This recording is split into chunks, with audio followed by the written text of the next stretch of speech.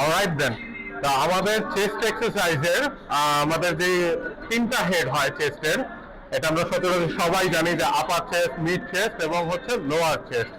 ওকে, এখন এগুলাকে আমরা যে বলে থাকি যে আপার চেস্ট বা আপার চেস্ট আমাদের কোথা থেকে অরিজিনালটা হচ্ছে আমাদের এই যে ক্ল্যাভিকুলার বোন, এই ক্ল্যাভিকুলার বোনের সাথেই যে আমাদের অংশটা, এটা হচ্ছে আমাদের কি ক্ল্যাভিকুলার হেড।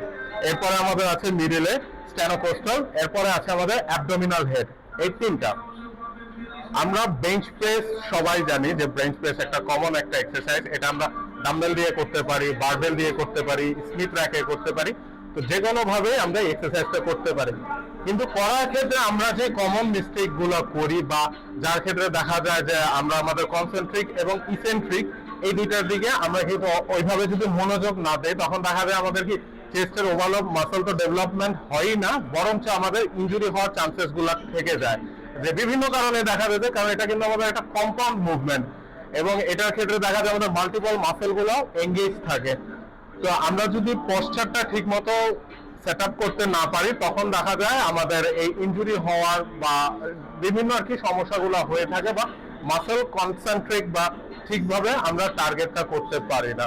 তো যেই সমস্ত আমরা কমন বা সিলি মিস্টেকস গুলো করে থাকি, তো সেগুলো হাইলাইট করার চেষ্টা করব এবং এগুলো সংশোধিত করে যে আমরা পুনরায় কিভাবে রাইট ফর্মে এক্সারসাইজ গুলো পারফর্ম করতে পারি, সেটা আপনাদেরকে দেখানোর চেষ্টা করব। ওকে, আমাদের পশ্চার এবং সেটআপ আমরা যেভাবে করতে পারি, তো ফার্স্ট অফ অল আমাদের বেঞ্চ প্রেসের জন্য এই একটা বেঞ্চ প্রয়োজন আর কি ডাম্বেল। ওকে, তো আমাদের বেঞ্চ প্রেস করার সময় আমরা 8টা হাড্ডি মনে রাখতে হবে, সরি 5টা বোন টাচ প্রয়োজন ফ্লোরের সাথে। তার মধ্যে কি কি আছে? আমাদের 2টা পা, আমাদের হিপ বোন জয়েন্ট, এবং হচ্ছে আমাদের এই যে স্ক্যাপুলার যেখানে আছে, এই স্ক্যাপুলার, শোল্ডার ব্লেড অলওয়েজ রিট্যাক্ট করে রাখতে হবে, এবং হেড। এই কয়টা আমাদের অবশ্যই বেঞ্চের সাথে বা ফ্লোরের সাথে টাচ থাকতে হবে। আর ফ্লোরে অনেক সময় আমরা কিছু মিস্টেক করে থাকি, যে ফ্লোরে এরকম ভাবে পা নাচানো হয় বা সামনে পিছে করা হয়, বা পায়ের উপর আমরা ভারটা তেমন একটা রাখি না। এটাও একটা কমন মিস্টেক, কারণ আমাদের কিন্তু পায়ে আমরা শক্তি জেনারেট করি, কিন্তু পাওয়ার জেনারেট করি আমরা ফ্লোর থেকে। আমরা মুভমেন্টটা করছি হাতের থেকে, কিন্তু আমাদের বডিকে পাওয়ার সাপ্লাই কিন্তু ফ্লোর থেকে আসতেছে। এই জন্য এই জিনিসটা মাথায় রাখবেন যে ফ্লোরে সবসময় পা আপনার এভাবে স্টিল শক্ত করে পজিশন, মানে পা যাতে না ওঠে বা নড়াচড়া না করে, এই জিনিসটা মাথায় রাখবেন। সেকেন্ড, আপনার পেলভিক বোন যেটা আছে বা আমাদের যে লোয়ার ব্যাক, এটা সবসময় সিটের সাথে প্লেসমেন্ট আকারে থাকবে। তারপরে আমাদের যে লোয়ার ব্যাকটা আছে, এটা একটা আর্চ থাকবে। আর্চ মানে কি, আমরা শুলে পরে এই নিচ দিয়ে যাতে আমাদের একটা হাত যেতে পারে এরকম পর্যন্ত আমাদের একটা গ্যাপ থাকতে হবে নিচে। এবং তারপরে যে জিনিসটা, যে আমাদের শোল্ডার ব্লেড যেটা, এটা বেঞ্চের সাথে টাচ অবস্থায় থাকবে, অর্থাৎ আমরা শোল্ডার ব্লেডটা রিট্যাক্ট করে রাখবো। রিট্যাক্ট করে দেন আমরা পাওয়ার লিফটিং বা উপর দিকে আমরা লিফট করব। এখন যেগুলো বললাম আমি করে দেখাচ্ছি পয়েন্ট টু পয়েন্ট। ডাম্বেল নিয়ে, হ্যাভি ডাম্বেল নিয়ে কখনো ডিরেক্টলি যাওয়ার চেষ্টা করবেন না। Heavy dumbbell first of all আপনার ল্যাপের উপরে প্লেসমেন্ট করবেন। ওকে, দেন ওয়ান বাই ওয়ান দুইটা একসাথে করার চেষ্টা করবেন না, স্লোলি একটাকে আপনি নি দিয়ে একটু টাচ করবেন, যাতে হালকা একটু লিফট করা যাবে। এই ইজি, ওয়ান বাই ওয়ান, ঠিক আছে? ওয়ান আফটার অ্যানাদার, দেন স্লোলি এসে করলাম this way, eccentric, contract, eccentric, contract, contract, squeeze, stretch। সবসময় আমরা যখন কন্ট্রাক্ট করব এভাবে ডিরেক্টলি, আর কন্ট্রাক্ট করার সময় আমরা ব্রিথ আউট করব। আর যখন আমরা নিচের দিকে ইসেন্ট্রিক অথবা নেগেটিভসে যখন আমরা যাব, হোল্ডলি আমরা স্লোলি নামানোর চেষ্টা করব, এবং তখন আমরা ইনহেল করব।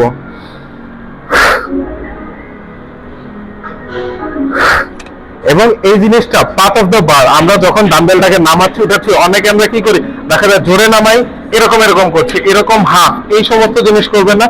ফুল রেঞ্জে করার চেষ্টা করবেন। আমরা ফুল এখানে কন্ট্রাক্ট করব এবং release, slowly release, then again contract, breathe out, slowly release, inhale, breathe out, contract. এর মধ্যে আরেকটা বিষয় হচ্ছে সবসময় চেষ্টা করবেন আমাদের যে এই বোনটা, এটাকে আমরা বলা হয় হচ্ছে আপনার হিউমেরাস বোন। আমাদের ট্রাই করবো আমরা যে হিউমেরাস বোনকে আমাদের চেস্টের কাছে যতটা আনা যায়, এইভাবে যতটা আমরা কাছে আনতে পারবো তখন কিন্তু আমাদের চেস্টটাকে আমরা স্কুইজ করতে পারবো। আদারওয়াইজ যদি আপনি এভাবে পুশ যতই করতে থাকে, যে পর্যন্ত আপনার এই হিউমেরাস বোনকে আমরা বুকের দিকে ক্লোজ না আনার চেষ্টা করবো, আমাদের কিন্তু মাসেল কন্ট্রাক্টটা হবে না, হলেও পুরোপুরি আমরা মাসেলকে স্কুইজ করতে পারবো না। দেখেন যত আমরা আনি তখন কিন্তু আমাদের প্রপার স্কুইজ বা মাসেল কন্ট্রাক্টটা হচ্ছে। এটা হচ্ছে এই বিষয়গুলো আপনারা অবশ্যই খেয়াল রাখবেন। আর এটা ওভারঅল আমাদের চেস্টের 3টা পার্টকেই কিন্তু টার্গেট করে ফ্ল্যাট বেঞ্চ প্রেস। এবং সেম এক্সারসাইজে আমরা যখন আপনার আপার চেস্টকে টার্গেট করি বা আমাদের ক্ল্যাভিকুলার হেড যেটা আছে এটাকে যখন আমরা টার্গেট করতে যাই, তখন আমরা কি করবো, সেম বেঞ্চটাকে ইনক্লাইন করে নেব। এবং ইনক্লাইন আপনার বিভিন্ন পজিশন হয়ে থাকে 45 to 60, এটা ডিপেন্ড করে আপনি আপার হেডের কোনটাকে টার্গেট করছেন। একেবারে যখন আমরা এই ক্ল্যাভিকুলারের সাথে যেটা আছে এই হেডকে যখন আমরা টার্গেট করার চেষ্টা করি, আমাদের এতটুকু পর্যন্ত ইনক্লাইন ঠিক আছে, যথেষ্ট। এবং সেম আমরা যেভাবে করে আমরা ফ্ল্যাটে করেছি সেম ওয়েতেই আমরা করব, যে আমাদের range of motion, breathing pattern এবং যে বোনগুলো আমাদের ফ্লোরের সাথে টাচ থাকতে হবে। আমরা যদি দেখা যায় যে কোনো কিছু একটা স্লিপ হয়ে যায় বা মিস্টেক হয়ে যায়, হ্যাভি ওয়েট নিয়ে আমরা যখন করতে যাই তখন কিন্তু ইনজুরি হওয়ার চান্সেস থাকে। তো রাইট ওয়েতে এক্সারসাইজ করার চেষ্টা করবেন যাতে আমাদের ইনজুরিটাকে আমরা অ্যাভয়েড করতে পারি এবং প্রপার ওয়েতে মাসল যাতে কন্ট্রাক্ট করতে পারে। Thank you.